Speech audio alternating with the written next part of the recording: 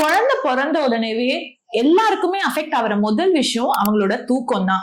குழந்தைங்களோட தூக்கமும் ரொம்ப இராட்டிக்கா இருக்கும். அதே நேரத்துல அம்மா அப்பாவுக்கு தூக்கம் கிடைக்கிறது ரொம்ப ரொம்ப கஷ்டமா இருக்கும். இட் இஸ் பிகாஸ் அவங்களோட sleep cycles are very very small. ஒரு 15 நிமிஷம் தூங்குவாங்க, 10 நிமிஷம் தூங்குவாங்க, அப்புறம் நீங்க கீழே போட்டோன்னு ஏந்துப்பாங்க. இது வந்து அப்சல்யூட்லி நார்மல்.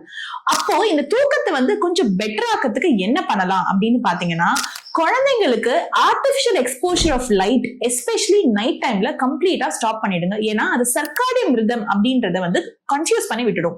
ஃபார் எக்ஸாம்பிள், ஒரு 6 மணிக்கு மேல நம்மளுக்கு நார்மலாவே சன்லைட் இல்ல. அப்போ 6 மணிக்கு மேல நீங்க குழந்தைய ஃபீட் பண்ணாலும் சரி, இல்ல அவங்களோட விளையாடும் போதும் சரி, ஒரு டிம்மான லைட்டிங்ல தான் பண்ணணும்.